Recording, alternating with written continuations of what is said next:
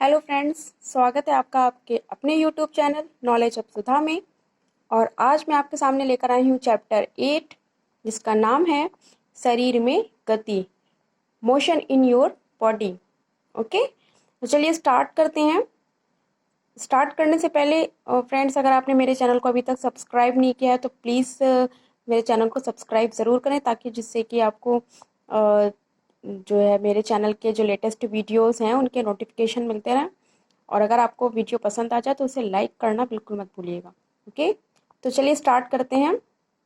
जैसा कि आप चैप्टर के जो टाइटल है उससे आपको समझ में आ रहा होगा कि ये चैप्टर किस टॉपिक पे डिपेंड है। ये टॉपिक है आपका शरीर में गति, मोशन इन योर बॉडी। तो आपके बॉडी में जो मोशंस होते हैं उसके बारे में यहाँ पे बताया गया। तो सबसे पहले थोड़ा सा इंट्रोड्यूस करते हैं कि व्हाट इज़ अ मोशन।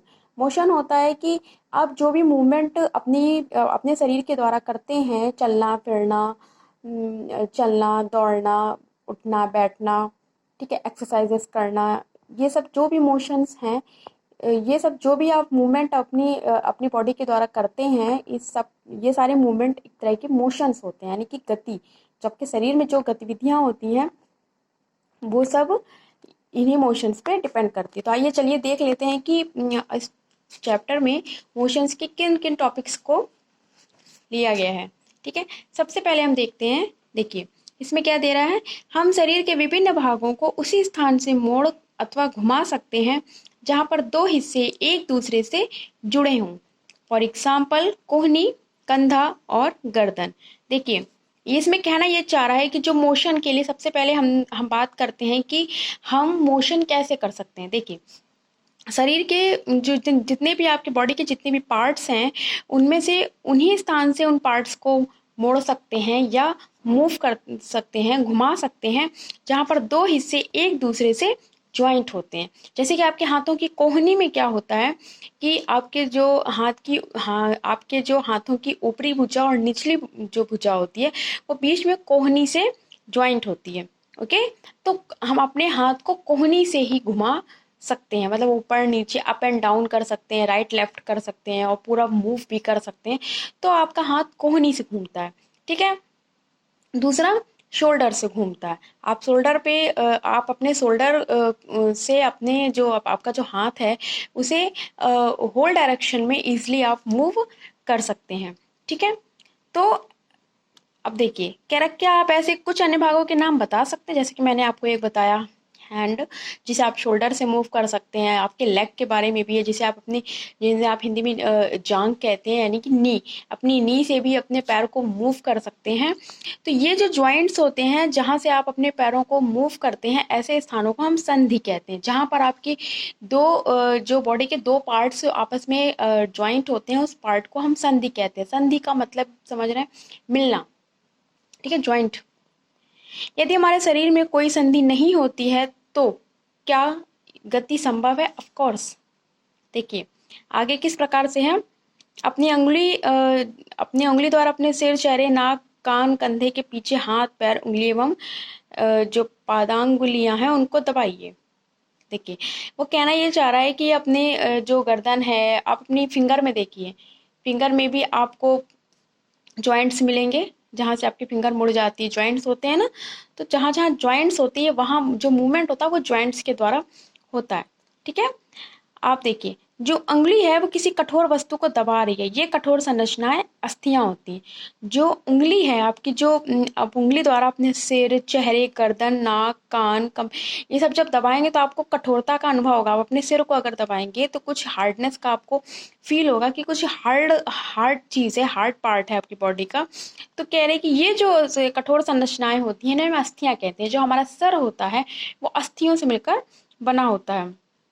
ठीक है, तो यहाँ पर मेन जो इसमें बताया गया है वो बस इतना है। आगे देखते हैं कंदुक खलिका संधि। अब यहाँ पर एक हम संधि का जो है, यहाँ पर हम संधि के बारे में पढ़ेंगे, जो कि आपकी है कंदुक खलिका संधि। कंदुक खलिका संधि में क्या है, कागज की एक पट्टी को एक बेलन के रूप, ये तो आपको बता रहे एक प्रोसेस, जैसे घर में आप प्रैक्टिकली करते हैं तो आप किस प्रकार से करेंगे। लेकिन जो कंदुक खलिका संधि है वो क्या होती है, देखिए ये आप देख रहे हैं कंदुक खलिका संधि का फिगर। ये ऊपर देखिए, ऊपर पे ये कटोरी है, ठीक है। फिर बीच में ये बॉल रखी हुई है एक, और ये जो आपका ये बना है कागज का बेलन है जिसको कटोरी में फिट किया गया, और सॉरी गेंद में फिट किया गया, और गेंद जो आपकी बॉल है उसको कटोरी में फिट किया गया है, जिससे ये जो बेलन है जब इसको हम मूव करेंगे तो ये कटोरी में आराम से जो है घूम सकेगी बॉल के द्वारा, बॉल के हेल्प से इजिली आप ये मूव हो सकती है। देखिए, एक अस्थि का गेंद वाला गोल हिस्सा दूसरी अस्थि की कटोरी रूपी गुहिका में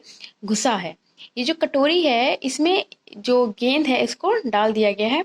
इस प्रकार की संधि सभी दिशाओं में गति प्रदान करती है। मैंने आपको बताया था कि ये जो आपको बताया जा रहा है, जो कंदुक खलिका संधि है, जो आपका जो शोल्डर का पार्ट है वो क्या होता है, वो जब आपने शोल्डर के पार्ट से अपने हाथ को मूव करते हैं तो वो चारों दिशाओं में इजिली मूव होता है। तो ये कंदुक खलिका संधि के द्वारा होता है, क्योंकि कंदुक खलिका संधि का जो जो डायग्राम होता है वो इस तरह का होता है। ठीक है, एक बॉल नुमा संरचना होती है जो कि एक कटोरी रूपी गुहिका में फिट होती है, और एक बेलन, ये जो ये कागज, ये बेलन रूपी जो संरचना बनी है, इसके द्वारा जब इसे घुमाया जाता है तो ये बॉल बहुत ही ईजिली कटोरी में मूव करता रहता है। ठीक है, ये देखिए, ठीक, कंदुक खलिका संधि, ये कंदुक खलिका संधि, ये आप देख रहे हैं ये जांग की अस्थि है और ये कंदुक खलिका संधि है। तो जब आप जांग से पैर को जब घुमाएंगे तो वो बहुत इजीली जो है वो चारों डायरेक्शन में मूव कर जाता है। ठीक है, अब देखिए धुराग्र संधि क्या होती है। हम एक और संधि के बारे में जानने जा रहे हैं, वह है धुराग्र संधि। धुराग्र संधि में क्या है, गर्दन और सिर को जोड़ने वाली संधि धुराग्र संधि है। जो आपका हेड और आपका जो नेक है, ठीक है, हेड और नेक को जो संधि जोड़ती है उसे हम धुराग्र संधि कहते हैं। मतलब एक धुरी पर जो जो जो स्थिर होती है, फिक्स होती है, उसे हम धुराग्र संधि कहते हैं। इसके द्वारा सिर को आगे पीछे दाएं बाएं घुमा सकते हैं। देखिए, ये जो आपकी धुराग्र संधि होती है ये कंदुक खलिका संधि के जैसी नहीं होती, ये उससे थोड़ी सी डिफरेंट होती है, क्योंकि जो कंदुक खलिका संधि होती है उसे हम चारों डायरेक्शन में एक साथ एक बार में इजिली मूव कर सकते हैं। मगर धुराग्र संधि पर क्या होता है कि आप चारों डायरेक्शन में एक साथ जो है उस पार्ट को मूव नहीं कर सकते, बॉडी के उस पार्ट को जो धुराग्र संधि से ज्वाइंट है, क्योंकि धुराग्र संधि एक धुरी पर घूमती है। मतलब आप एक बार में या तो राइट या लेफ्ट या फॉरवर्ड या बैकवर्ड, मतलब एक ही डायरेक्शन में आप अपनी बॉडी को, अपने उस बॉडी के उस पार्ट को मूव कर सकते हैं। देखिए आगे इसमें क्या कह रहे हैं, इसके द्वारा सिर को आगे पीछे दाएं बाएं घुमा सकते हैं। ठीक है, यह गति हमारे हाथ की उस गति से किस प्रकार भिन्न है जिसमें कंदुक खलिका संधि द्वारा हाथ को पूर्णतः वृत्ताकार रूप में घुमा सकते थे। आपने देखा था कि कंदुक खलिका संधि में क्या होता था कि वृत्ताकार, मतलब एक सर्कल के रूप में, एक वृत्त के रूप में इजिली हम उस पार्ट को घुमा सकते थे। बट इसमें धुराग्र संधि में क्या होता है कि बेलनाकार जो अस्थि होती है वो एक छल्ले के रूप में घूमती है, एक छल्ले के रूप में घूमती है। ठीक है, मतलब एक बार में एक डायरेक्शन में घूमेगी। आगे देखते हैं हिंज संधि। घर के किसी हिंज, देखिए हिंज संधि में क्या होता है, घर के किसी दरवाजे को बार बार खोलिए और बंद करिए, इसके कब्जों को आप ध्यानपूर्वक देखिए, यह आगे और पीछे की ओर खुलने देता है या नहीं। अब आगे हम देखते हैं हिंज संधि क्या है। हिंज संधि एक ही दिशा में गति होने देता है। हिंज संधि में क्या होता है, जो गति होती है वो एक ही दिशा में होती है। कोहनी में हिंज यानी कि कब्जा, हिंज को कब्जा भी कहते हैं। कोहनी में कब्जा संधि होती है जिससे केवल आगे पीछे या एक ही दिशा में गति हो सकती है। जैसे कोहनी है तो कोहनी को जब आप मूव करते हो तो आप कोहनी से आप एक, मतलब कोहनी, आप कोहनी से, कोहनी में हमारी कब्जा संधि होती है। तो कोहनी में क्या होता है कि आप जो अपने हाथ हैं उसको बिल्कुल कोहनी से अपने अपने जो कोहनी से जुड़ा जो पार्ट है उसको आप चारों डायरेक्शन में एक साथ नहीं घुमा सकते। उसको आप या तो अप डाउन या राइट लेफ्ट इस तरह से आप उसको मूव कर सकते हैं, इसलिए कहते हैं कोहनी में हिंज यानी कब्जा संधि। और जो आपने कंदुक खलिका संधि के बारे में पढ़ा था, ये आपके हमारे शोल्डर में पाया जाता है, जिससे कि वो चारों दिशाओं में आसानी से मूव कर सकता है। उसी प्रकार से जो हमारा ये जांग की अस्थि आप देख रहे हैं, तो जो हमारा जो ये जांग है, ये हमारे जांग के ऊपर का जो हिस्सा होता है वो बॉडी के जो पार्ट्स, जो आपका जो कमर के नीचे का हिस्सा होता है, वहां से जो आपका पैर ज्वाइंट होता है उसे हम कंदुक खलिका संधि कहते हैं। तो आप जानते हैं वहां से आप अपने पैर को इजिली चारों डायरेक्शन में मूव कर सकते हैं, मगर जो आपकी नी होती है, जो आपकी जांग होता है, वहाँ पर जो है आपकी कब्जा संधि होती है। तो आप एक ही डायरेक्शन में, मतलब या तो अप डाउन या राइट लेफ्ट ऐसे मूव कर सकते हैं। मतलब जो होल डायरेक्शन होती है, मतलब चारों डायरेक्शंस में आप इजीली उसे इजीली क्या मूव नहीं कर सकते। एक बार में आप अपनी जो नी से अपने नी के नीचे के पार्ट को, जो लेग का नीचे का पार्ट होता है, नी के नीचे का पार्ट होता है अपने लेग का, तो उसको मूव नहीं किया जा सकता। तो समझ में आ गया कब्जा संधि और कंदुक खलिका संधि क्या होती है। ठीक है, कब्जा संधि और कंदुक खलिका संधि, ठीक है, वो क्लियर हो गई। चलिए आगे देखते हैं अचल संधि। अचल का मतलब होता है जो स्थिर। तो देख लेते हैं अचल संधि क्या होती है। ये अस्थियां इन संधियों पर हिल नहीं सकती। मतलब अचल संधि का मतलब होता है जो फिक्स हो, जिसमें जो मूवमेंट जिसमें ना हो। तो ये अस्थियां इन संधियों पर हिल नहीं सकती। ऐसी संधियों को अचल संधि कहते हैं।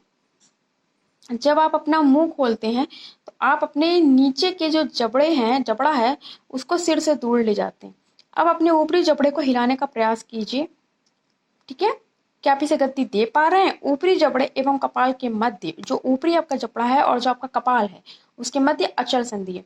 क्योंकि आपने क्या देखा कि जब आप अपने मुंह को ओपन करते हैं, अपने माउथ को ओपन करते हैं, तो जो ऊपर का हिस्सा और नीचे का हिस्सा दोनों के बीच में कुछ डिस्टेंस आ जाता है।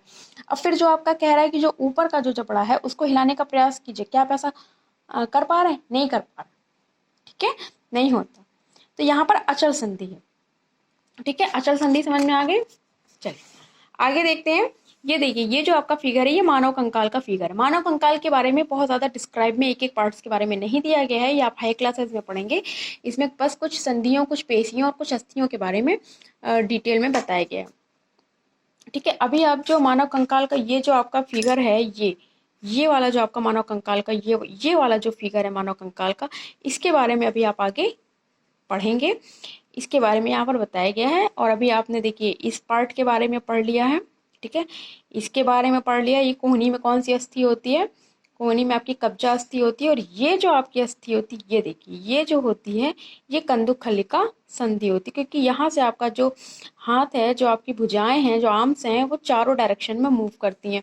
ये भी आपकी कब्जा संधि हो गई। ये जो आपकी संधि है पैरों की, ये आपकी कंदुक खलिका संधि होती है। ठीक है, और ये जो आपका है पसली पिंजर इसको कहते हैं। तो इसके बारे में अभी आगे हम आपको पढ़ाएंगे। ठीक है, और ये जो फिंगर्स हैं, इनके बारे में भी थोड़ा सा दिया गया है कि फिंगर्स की अस्थियां, फिंगर में जो अस्थि पेशियां होती हैं, वो किस प्रकार से वर्क करती हैं। तो चलिए देख लेते हैं आगे। देखिए, ये आपके हाथ की अस्थियां होती है। ये देखिए, मैंने कहा था ना कि इसके बारे में बताया गया, हाथ की अस्थियों के बारे में। देखिए इसमें क्या बताया गया आपको। जो आपके हाथ की अस्थियां होती हैं, आपने देखा होगा कि हाथ की जो अस्थियां होती हैं, तो वो कहना ये चाहता है कि हाथ की अस्थियों में आपको बता ये रहा है कि हथेली के जो पीछे का भाग होता है, जहाँ से आपका हाथ ज्वाइंट होता है, उसे हम कलाई कहते हैं। और आपकी कलाई लचीली होती है, आपको पता है। ठीक है, तो ये जो कलाई होती है अनेक छोटी छोटी अस्थियों से मिलकर बनी होती है, जिन्हें हम कार्पेल कहते हैं। तो कलाई होती है, ठीक है, वो छोटी छोटी अस्थियों से मिलकर बनी होती है, जिसे हम कार्पेल कहते हैं। ठीक है, आइए हम देखते हैं अब ये टॉपिक। मैंने आपको बताया था ना इसके बारे में कि पसली पिंजर कहते हैं इसे, और इसके बारे में हम आपको अभी बताएंगे।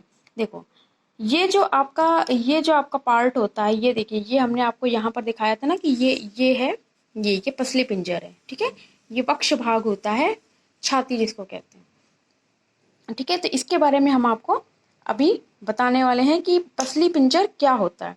देखिए, ये जो पसलियां होती हैं आपकी, जो पसलियां, ये जो आपकी पसलियां, ये जो देख रहे हैं कि जो पसलियां हैं इस फिगर में, वो विशेष रूप से मुड़ी हुई होती हैं। ठीक है, ये जो इसका फोल्डिंग पार्ट देख रहे हैं ना, ये किस प्रकार से ऐसे ऐसे ऐसे करके मुड़ी हुई है। ये वक्ष की अस्थि एवं मेरुदंड से, वक्ष का जो आपका मेरुदंड है, उससे जुड़कर एक बक्से की संरचना प्रदान करती है। वक्ष यानी कि आपका छाती, जो आपका छाती जिसको बोलते हैं, जो चेस्ट बोलते हैं जिसको इंग्लिश में, उसकी अस्थि एवं मेरुदंड से जोड़कर एक बक्से की संरचना देती हैं, जो कि एक शंकु के रूप में होता है। देखिए, ये जो आप पूरा ये जो फिगर देख रहे हैं, एक शंकु के रूप में ये पूरा फिगर बन रहा है, जिसको हम पसली पिंजर कहते हैं। शंकु रूपी जो बक्सा होता है उसे हम पसली पिंजर कहते हैं। बक्ष के दोनों तरफ 12 पसलियां होती हैं और हमारे शरीर के कुछ महत्वपूर्ण अंग इसमें सुरक्षित रहते हैं। ठीक है, तो ये आपको पसली पिंजर के बारे में समझ में क्लियर हो गया। जो पसली पिंजर होता है वो हमारे वक्ष जो हमारे वक्ष के पास का भाग होता है, वक्ष पे इसकी संरचना होती है। ठीक है, ये वक्ष की जो अस्थियां होती हैं मेरुदंड से जुड़कर एक पक्ष शंख रूपी पक्ष की संरचना देती हैं। ठीक है, और ये वक्ष के दोनों तरफ 12-12 पसलियां होती हैं। ठीक है, चलिए देखते हैं। जो हमारा मेरुदंड होता है, मेरुदंड सभी को पता है, जो आपके बैक का मिड पार्ट होता है, यानी कि आपके जो नेक, यानी कि आपके जो नेक से लेकर के आपके बैक नेक के नीचे से बैक के बिल्कुल मिड का जो आपका पार्ट होता है, जिसको हम बैक बोन कहते हैं इंग्लिश में, उसे हम मेरुदंड कहते हैं। उसके बारे में यहाँ पर थोड़ा सा बताया गया कि जो मेरुदंड होता है इसमें अनेक छोटी छोटी अस्थियां से मिलकर बना होता है, जिसे हम कशेरुकाएं कहते हैं। जो मेरुदंड होता है वो 33 कशेरुकाओं से मिलकर बना होता है। ये इंपॉर्टेंट है, इसे नोट डाउन कर लीजिएगा, एग्जाम में आ सकता है। मेरुदंड जो होता है वो 33 कशेरुकाओं का बना होता है। ठीक है, पसली पिंजर भी इस वक्ष क्षेत्र की इन अस्थियों से जुड़ा रहता है। ठीक है, पसली पिंजर भी जो होता है वो मेरुदंड से जुड़कर बना होता है, ये ऊपर मैंने आपको बताया। ठीक है, चलिए आगे देखते हैं। नेक्स्ट,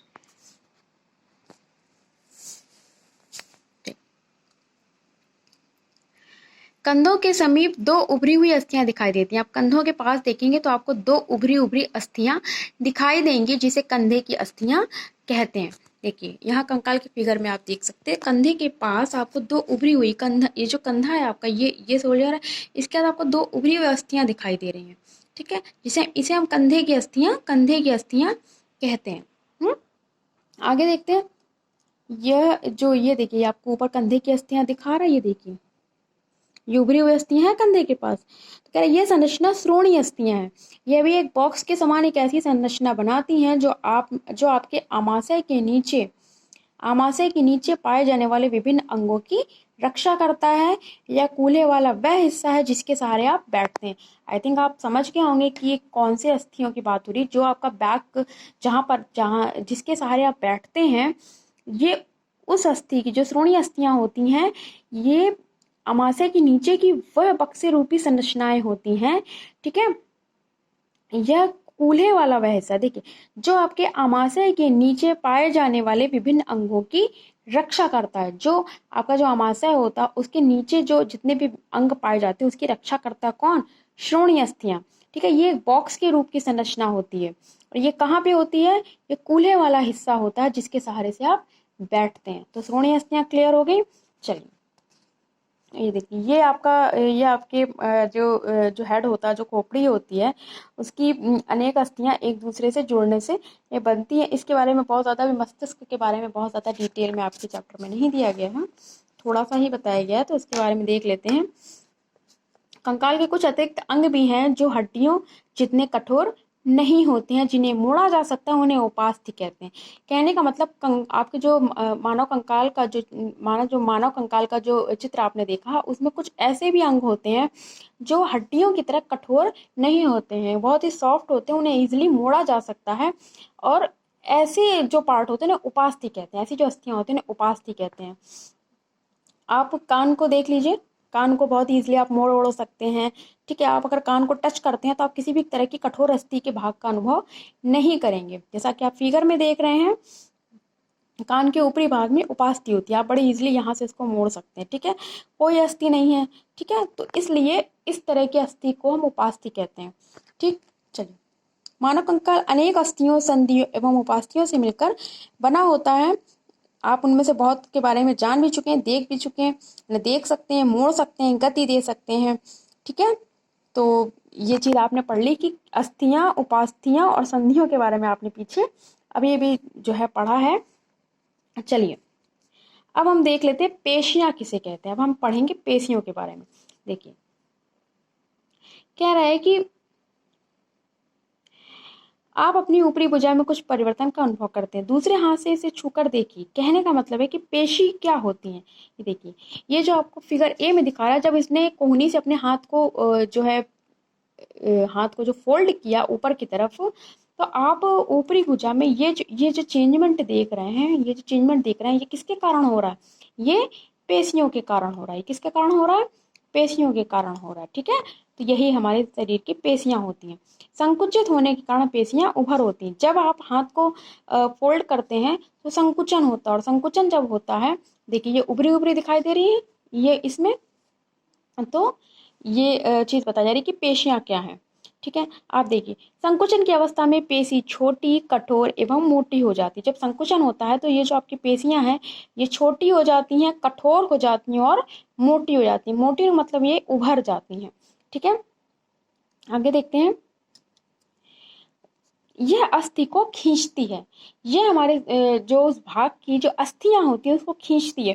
कहने का मतलब है किसी भी अस्थि को गति प्रदान करने के लिए दो पेशियों को संयुक्त रूप से कार्य करना पड़ता है। अगर हमें अपने शरीर की किसी भी अस्थि को गति प्रदान करना, उसे मोशन देना है, मूवमेंट देना है, तो उस पार्ट की जो पेशियां होती हैं उसको संयुक्त रूप से कार्य करना होगा। जब दो पेशियों में से कोई एक पेशी सिकुड़ती है, दो पेशियों में से देखिए यहाँ पे कोई एक पेशी यहाँ पर सिकुड़ रही है, संकुचन हो रहा है, सिकुड़ती है, कोई एक पेशी सिकुड़ जाती है, दो पेशियों में से कोई एक पेशी जब सिकुड़ती है तो अस्थि उस दिशा में खिंच जाती है। जो अस्थि होती है, जो अस्थियां होती है, जो कठोर भाग होता है, अस्थि मतलब कठोर होती है, तो वो उस दिशा में खिंच जाती हैं और आपके युगल की दूसरी पेशी शिथिल यानी कि लंबाई में बढ़कर पतली हो जाती है, यानी कि वो शिथिल अवस्था में आ जाती है। जब एक जो है, एक जो पेशी है वो सिकुड़ती है तो, और सिकुड़कर उस दिशा में खिंच जाती है, तो क्या होता है, तो जो अस्थि है वो खिंच जाती है, तो क्या होता है कि जो दूसरी पेशी होती है वो शिथिल अवस्था में आ जाती है। अस्थि को विपरीत दिशा में गति करने के लिए अब शिथिल पेशी सिकुड़ कर अस्थि को अपनी पूर्व स्थिति में खींचती है। मतलब देखिए यहाँ पर पूरा प्रोसेस में क्या हो रहा है कि जो अस्थि में जो मूवमेंट है उसके लिए दोनों पेशियों का एक साथ कार्य करना जरूरी। जब एक पेशी सिकुड़ती है तो दूसरी पेशी कार्य करने लगती है और वो उसे अपनी ओर, अपनी पूर्व स्थिति में खींचने का प्रयास करती है। ठीक है, अस्थि को विपरीत दिशा में गति करने के लिए अब शिथिल पेशी सिकुड़कर अस्थि को अपनी पूर्व स्थिति में खींचती है, जबकि पहली पेशी अब शिथिल हो जाती है। ठीक है, ठीक है, जब उसने खींचा तो वो पेशी अब शिथिल हो जाएगी।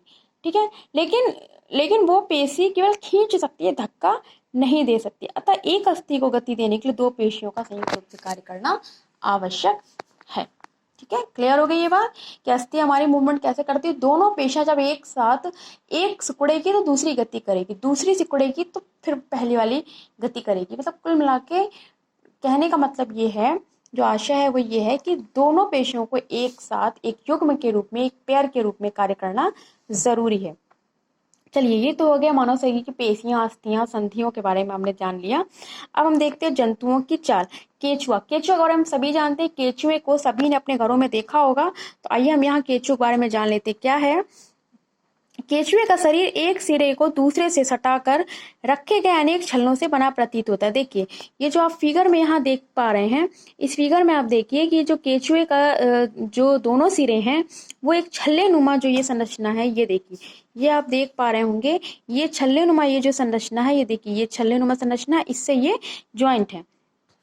ठीक है, केचुए के शरीर में अस्थियां नहीं होती हैं, क्योंकि अगर जहां अस्थियां होंगी वहां पर वो चीज फिर लचीली नहीं होती है, वो मुड़ेगी नहीं। और केचुए का शरीर तो पूरा इस तरह का होता है कि वो बड़े इजीली अपने शरीर को फोल्ड कर लेते हैं, परंतु इसमें पेशियां होती हैं जो इनके शरीर के घटने और बढ़ने में सहायता करती हैं। ठीक है, संकुचन में सहायता करती हैं।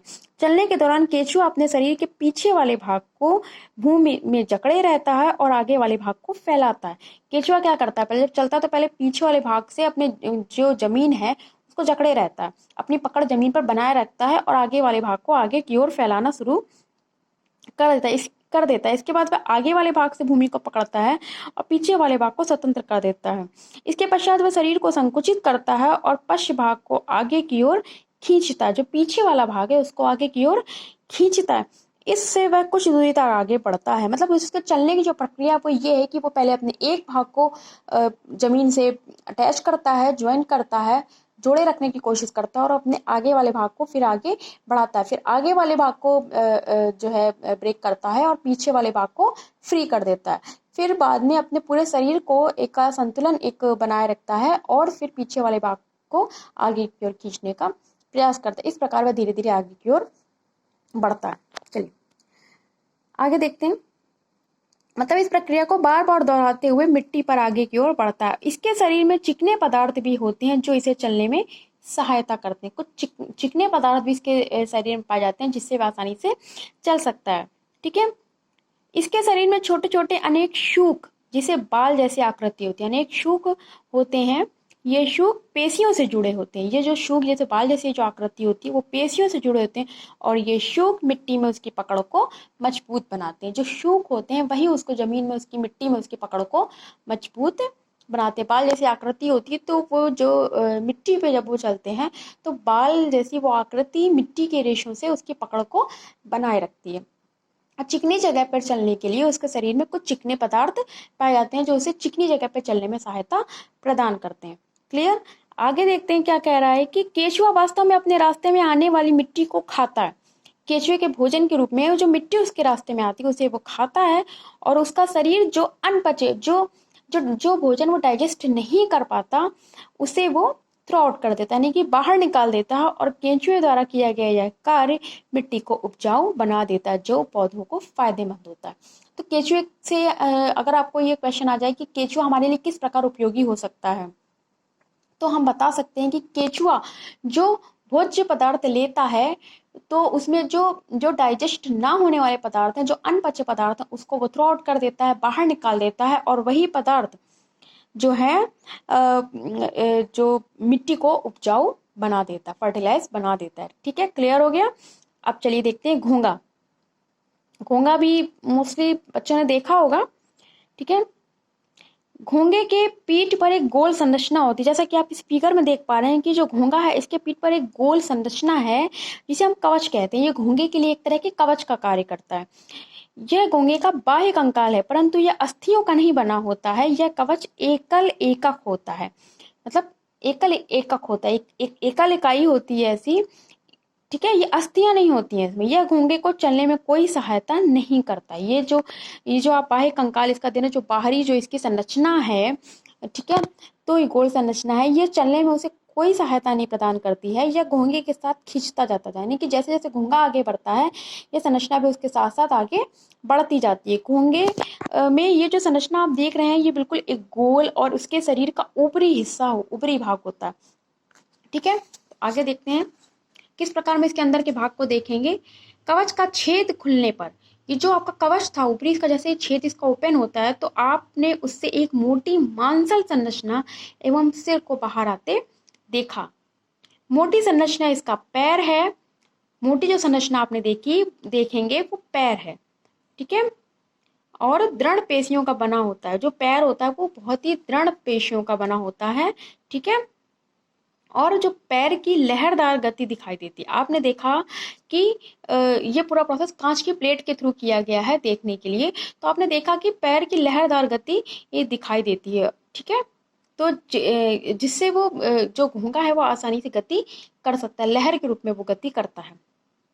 ठीक है, बात आ गई समझ में? जो घोंगा होता है, घोंगा क्या होता है?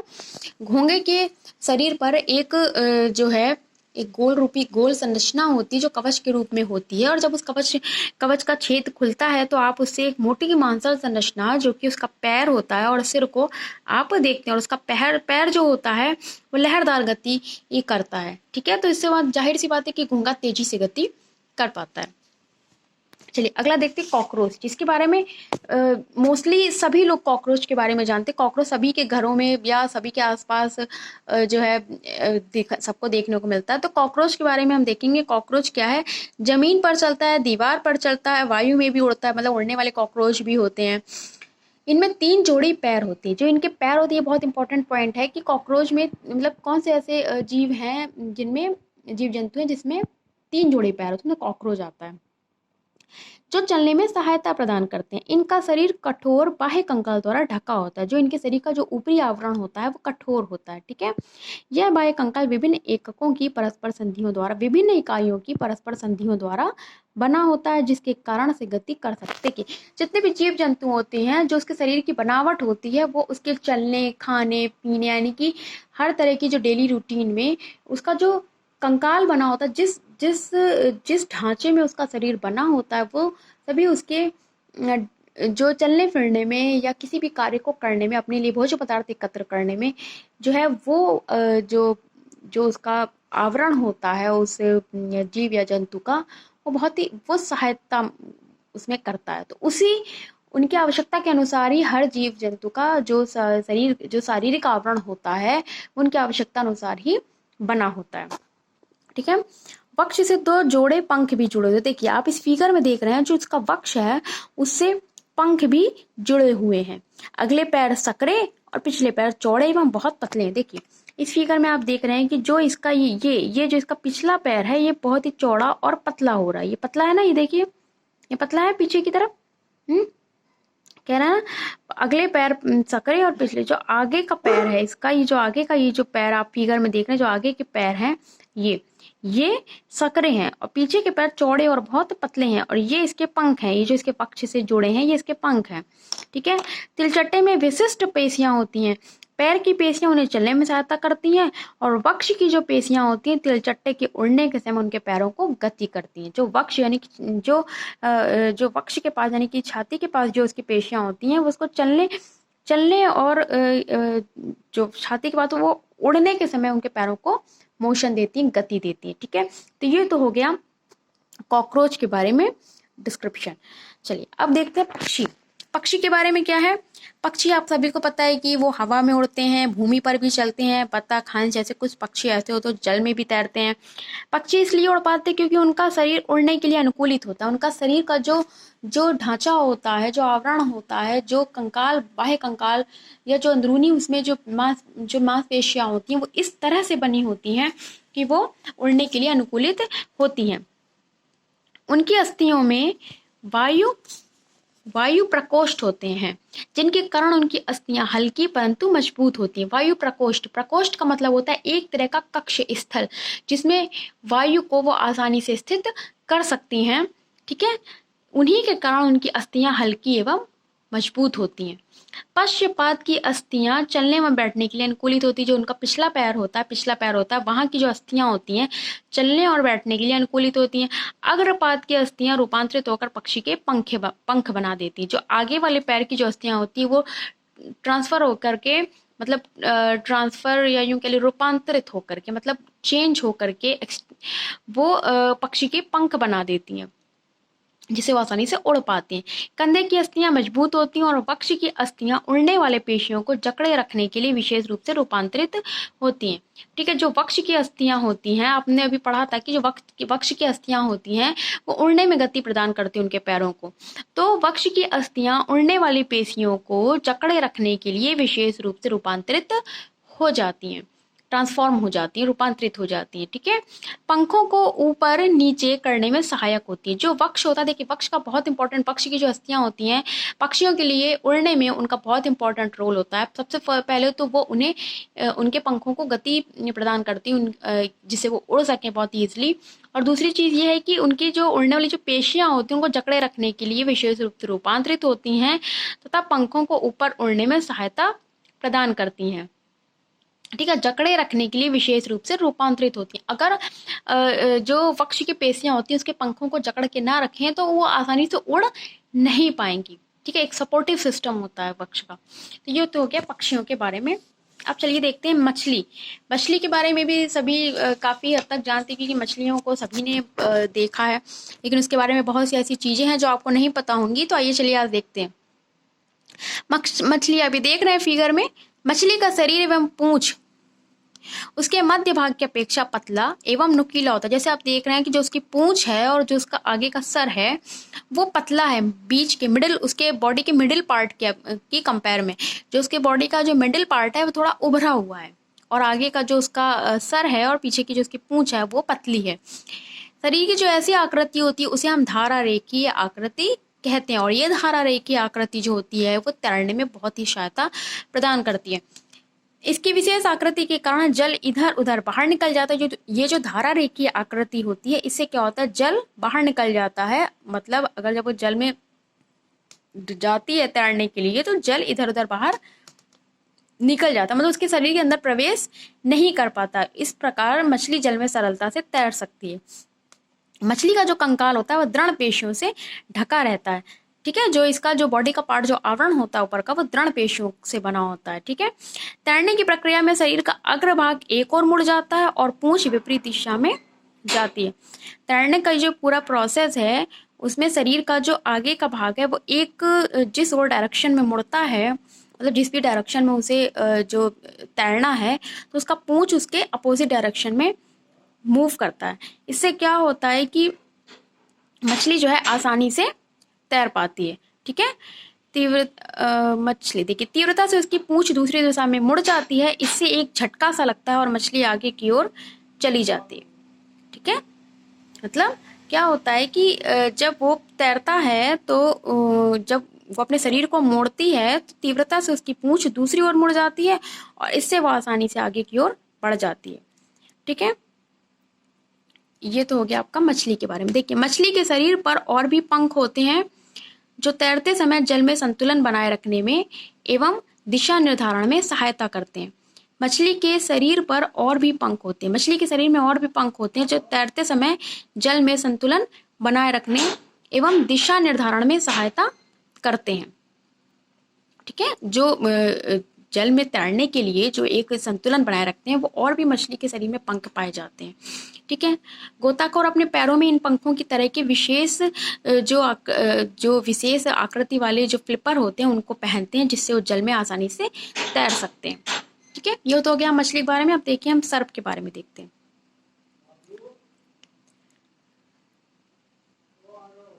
सर्प का मेरुदंड लंबा होता है। जो सर्प होता है उसका जो मेरुदंड होता है वो लंबा होता है और शरीर की पेशियां क्षीण एवं असंख्य होती हैं। शरीर में पेशियां बिल्कुल क्षीण होती हैं, मतलब क्षीण बिल्कुल दुर्बल। ठीक है। एवं असंख्य होती, बहुत सारी पेशियां होती हैं। वे परस्पर जुड़ी होती हैं एक दूसरे से, चाहे वे दूर ही क्यों ना हो लेकिन एक दूसरे से जुड़ी होती हैं। पेशियां मेरुदंड पसलियों एवं त्वचा को भी एक दूसरे से जोड़ती हैं। जो पेशियां होती हैं वो मेरुदंड पसलियों एवं त्वचा को भी एक दूसरे से जोड़ देती है। सर्प का शरीर अनेक वलय में मुड़ा होता है। जो सर्प का शरीर होता है वो अनेकों वलयों में मुड़ा होता है। ठीक है। जो वलय होते हैं, आप जानते हैं वलय क्या होता है, कंगन या कंगन जानते हैं ना, कंगन उसके रूप की संरचना होती है और उसमें मुड़ा होता है। इस प्रकार सर्प का प्रत्येक वलय उसे आगे की ओर धकेलता है और उसका शरीर अनेक वलय बनाता है और प्रत्येक वलय आगे को धक्का देता है। इस कारण सर्प जो होता है तेज गति से आगे की ओर चलता है, परंतु सरल रेखा। आप सभी को पता है कि जो हमारा सर्प है वो एक सरल रेखा में गति नहीं कर पाता है, वो हमेशा वलय के रूप में ही गति कर पाता है। ठीक है। देखिए हम समझ लेते हैं कि जो सर्प का शरीर है वो अनेक वलयों में मुड़ा होता है। जो वलय मतलब एक कंगन की आकृति आप समझ लीजिए। तो इस प्रकार सर्प का प्रत्येक वलय उसे आगे की ओर धकेलता है, प्रत्येक वलय उसे आगे की ओर धकेलता है। आपने देखा होगा जो सर्प की गति होती है वो कभी सरल रेखा में यानी कि स्ट्रेट गति नहीं करता, वो घूम घुमाकर ही गति करता है। ठीक है। प्रत्येक वलय आगे को धक्का देता है और इस कारण सरल जो सर्प होते हैं वो तेज गति से, आप जानते होंगे कि जो सर्प है उसकी जो गति होती है वो बहुत तेज होती है, सरल रेखा में नहीं होती। ठीक। तो ये तो हो गया सर्प के बारे में। आपने देखा होगा कि सर्प कभी भी एक ही डायरेक्शन में कभी गति नहीं करता है, वो वलय बनाता है। ठीक है। वलय बनाता है। वलय आप समझ रहे हैं ना, कंगन। अगर आप कंगन को आगे चलने को बोलेंगे तो वो कभी भी कंगन आपका एक स्ट्रेट फॉरवर्ड जो डायरेक्शन में कभी भी गति नहीं करेगा, वो उसकी जो गति होगी वो घुमावदार होगी। ठीक है। और कंगन बहुत तेजी से गति करता है, इसीलिए सर्प जो होते हैं वो बहुत ही तेजी से गति करते हैं। तो ये जो आपने एक चीज़ और देखी होगी कि सर्प का जो मेरुदंड होता है वो लंबा होता है और इसकी जो पेशियां होती है वो क्षीण होती हैं और असंख्य होती हैं। इनमें बहुत सारी पेशियां पाई जाती हैं जो एक दूसरे से जुड़ी होती हैं। ठीक है। एक दूसरे से ज्वाइंट होती हैं, चाहे वो कितनी भी दूर हो। पेशियां मेरुदंड और पसलियां एवं त्वचा भी एक दूसरे से जुड़ी होती है। इसका पूरा शरीर का जो संरचना होती है वो इसी तरह की होती है। जो पेशियां एक दूसरे से एकदम कनेक्टेड होती हैं और मेरुदंड भी कनेक्टेड होता है। मतलब आप किसी भी पार्ट को देख के ये नहीं कह सकते कि ये इसका स्टमक होगा और ये लेग है, ये इसकी गर्दन है, मतलब बहुत सारा हर चीज़ें एक दूसरे से अटैच है बिल्कुल। ठीक है। तो ये तो देखिए आपका ये जो पूरा चैप्टर था ये कंप्लीट हो गया है। ठीक। तो ये पूरा चैप्टर आपका कंप्लीट हो गया है। ये मोशन इन योर बॉडी, आपके शरीर में होने वाली गति के बारे में इस पूरे चैप्टर में आपको बताया गया है। इस चैप्टर ये जो है इस चैप्टर के बारे में बहुत ही डेप्थ की जो आपको नॉलेज चाहिए, तो उसके लिए आपको हाई क्लासेस में आपको इसके बारे में पढ़ाया जाएगा। आपकी क्लास में इस चैप्टर के बारे में सिर्फ इतना ही दिया गया है। तो अगर आपको कहीं भी कोई भी टॉपिक ऐसा हो जो आपको क्लियर ना हुआ, तो उसे कमेंट सेक्शन में लिख के ज़रूर आप मुझे अपनी डाउट ज़रूर बताइएगा। और अगर अभी तक आपने मेरे चैनल को सब्सक्राइब नहीं किया है, तो प्लीज़ मेरे चैनल को सब्सक्राइब ज़रूर करिए, लाइक भी करिए और शेयर भी करिए। ओके, तो फ्रेंड्स, बिना आपके सपोर्ट के कुछ भी नहीं हो सकता, तो आपका सपोर्ट बहुत ज़्यादा ज़रूरी है। आपके सपोर्ट से मुझे एक इंस्पिरेशन मिलेगा, मुझे एक एनर्जी मिलेगी कि हाँ, मुझे और भी वीडियोस इसी तरह के आप लोग के लिए लेके आने चाहिए। और इस चैप्टर का जो क्वेश्चन आंसर्स हैं वो नेक्स्ट वीडियो में आपको मिल जाएंगे। तो प्लीज़ मेरे वीडियो को सब्सक्राइब ज़रूर करिए। चलिए मिलते हैं नेक्स्ट वीडियो में, तब तक के लिए गुड बाय।